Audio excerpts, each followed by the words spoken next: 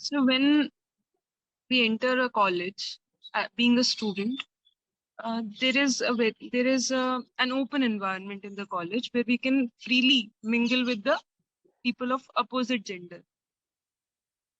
Now, when one is away from the family and they are yearning for some intimacy, it is quite common in our generation that people engage in casual physical intimacy.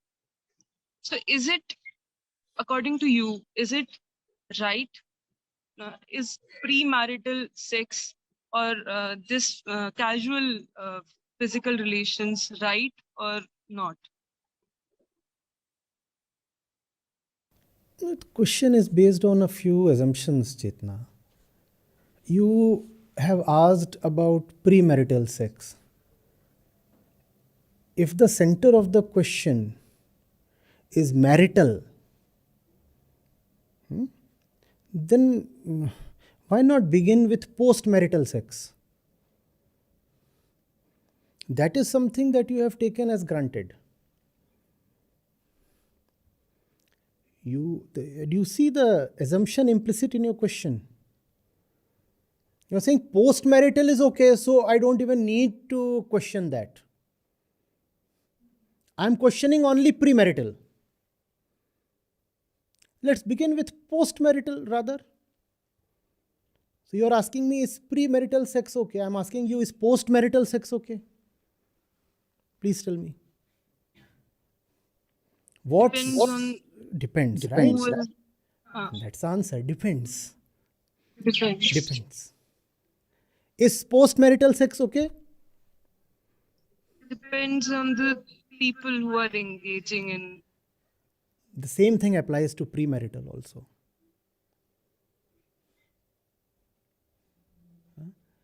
Even in postmarital sex, there can be a lot of violence, a lot of exploitation. You know of that, right? Even the law admits that now. That the wife indeed can approach for a legal redressal. There can be marital rape.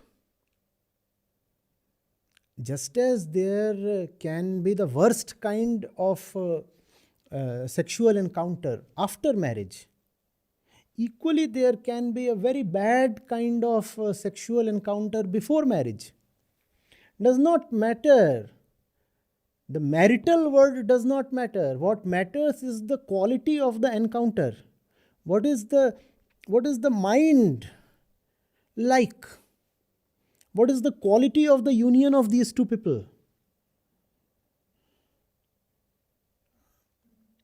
And if two people are not meeting in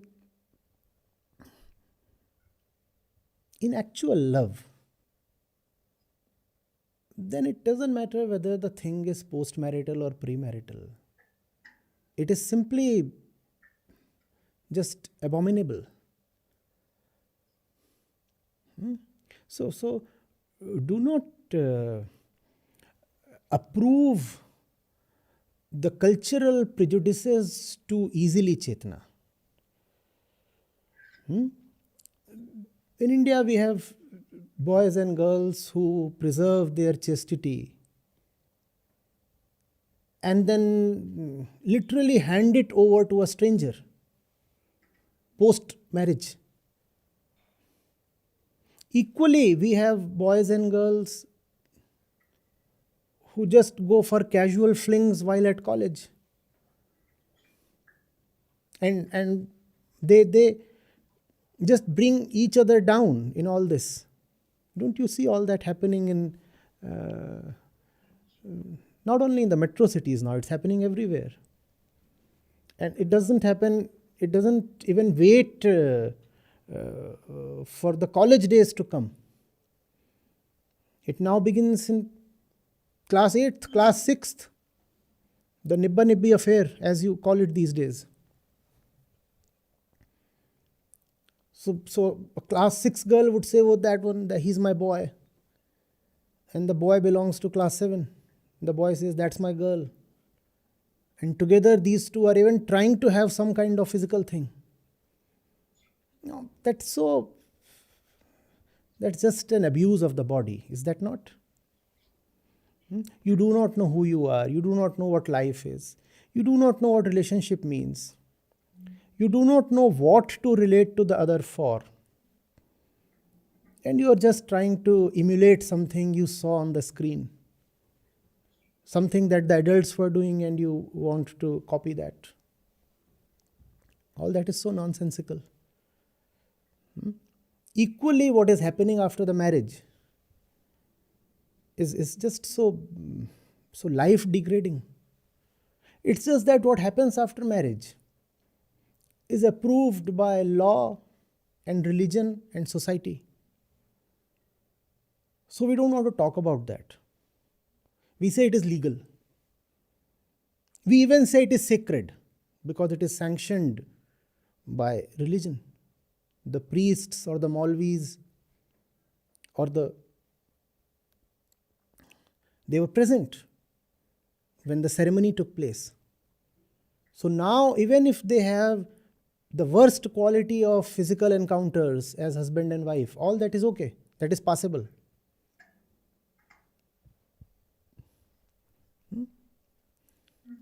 You know, even the government resists a lot when the court says that marital rape has to be taken as a crime.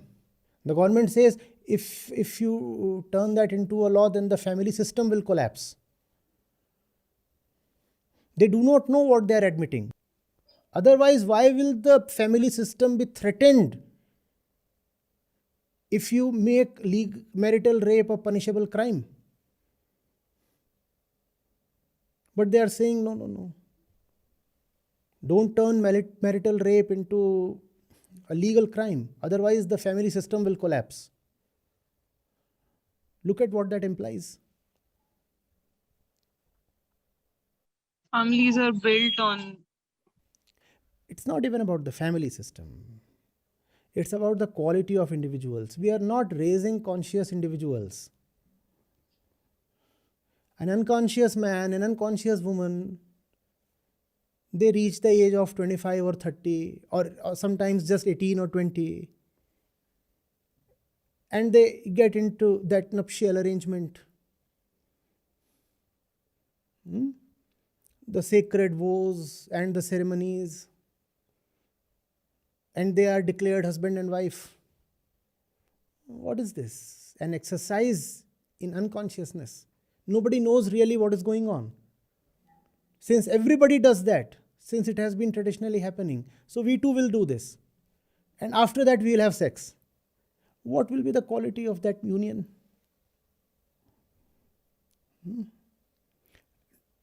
So it's not about whether the whole thing is happening before or after marriage. The question is, what is the level of consciousness of these two people? We want an awakened society. We want a spiritually literate society. And then you will not need to tell the man and the woman what to do in life.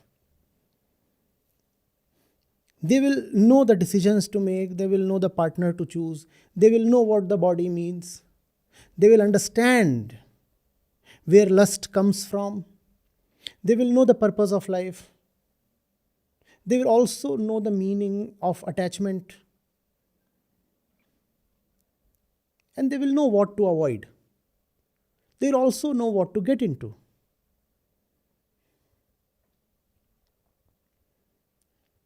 Getting it? So,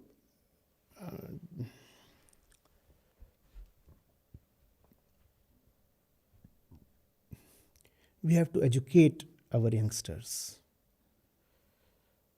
not regulate them.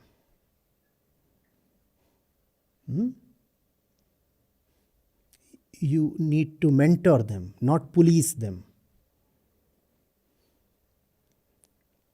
Guiding someone is one thing. Throwing light on someone's path is one thing. And dictating somebody's life and path is something totally different, right? Throw light on their way and give light to their eyes. And the rest they will decide on their own.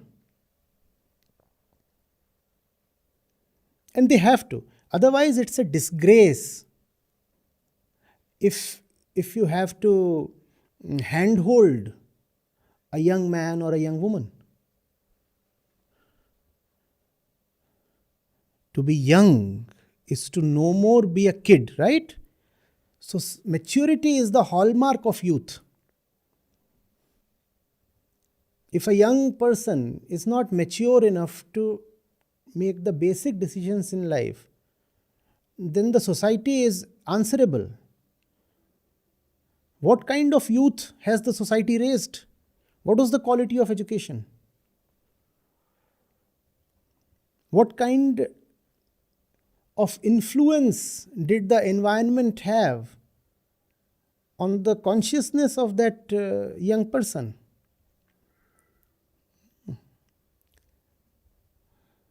So, enable them, empower them.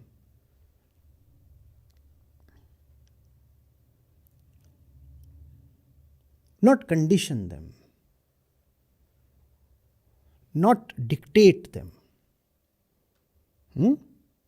Liberate, not dictate. And liberation is the best help, the best service, and the foremost indicator of love. If you love someone, give them wings. Give them light, give them wings, give them self-knowledge, and then they will fly on their own.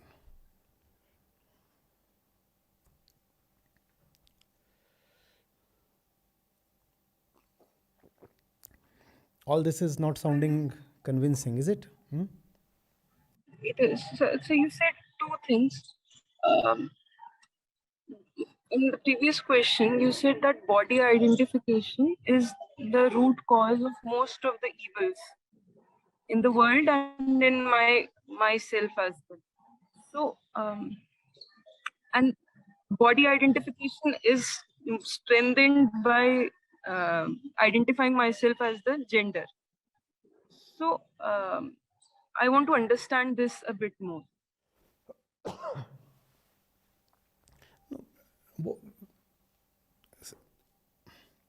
Where does sex come from? From birth, right?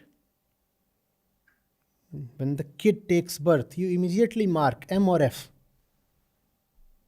So you get it from there. It's in the body. And then the gender role that you are provided, that comes from the sex. If you are a girl, you will have pink toys. Even the paint on the walls of baby girl rooms, that's pink. So that's how your gender identity develops. Pink fans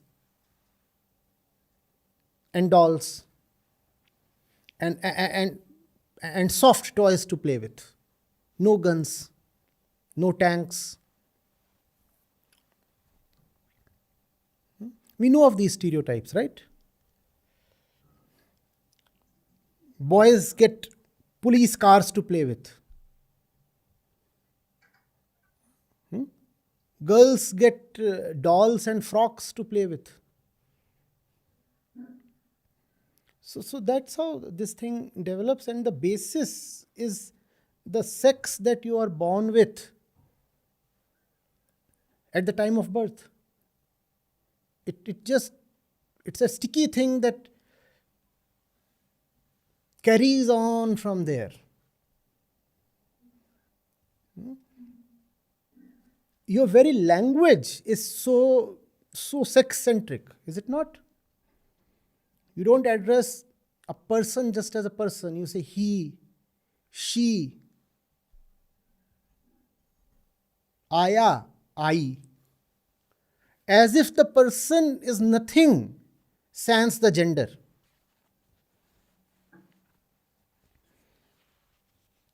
You don't want to conceal the gender in any way. You don't want to think of the person as consciousness. You are constantly thinking of that person as the body. So if the body is female, the person will be addressed in one way. If the body is male, the person is addressed in some other way. Can you imagine the kind of effect it will be having on the mind? Even language is built in a way that is constantly turning you body centric.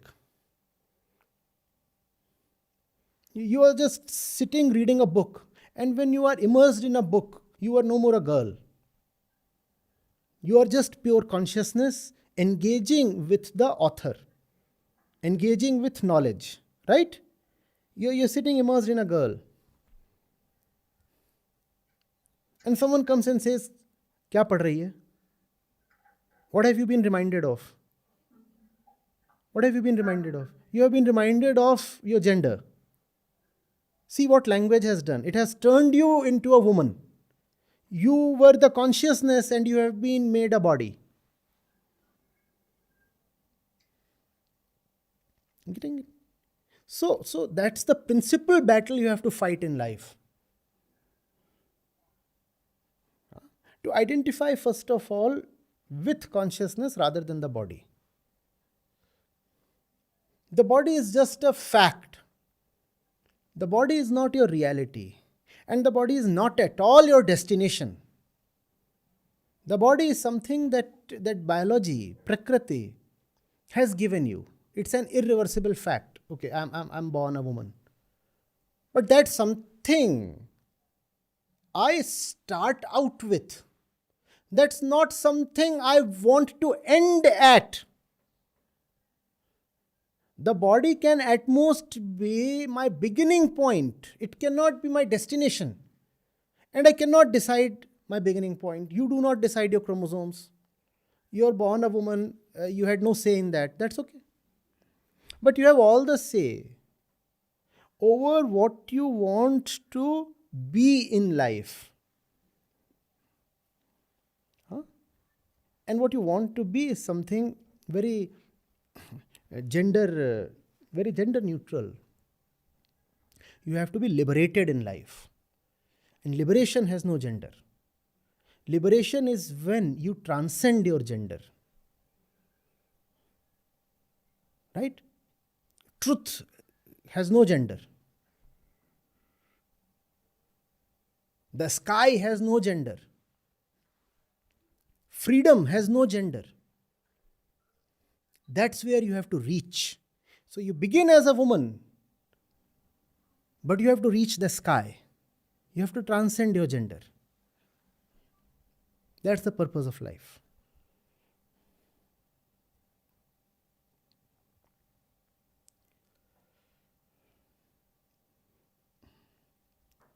Incidentally,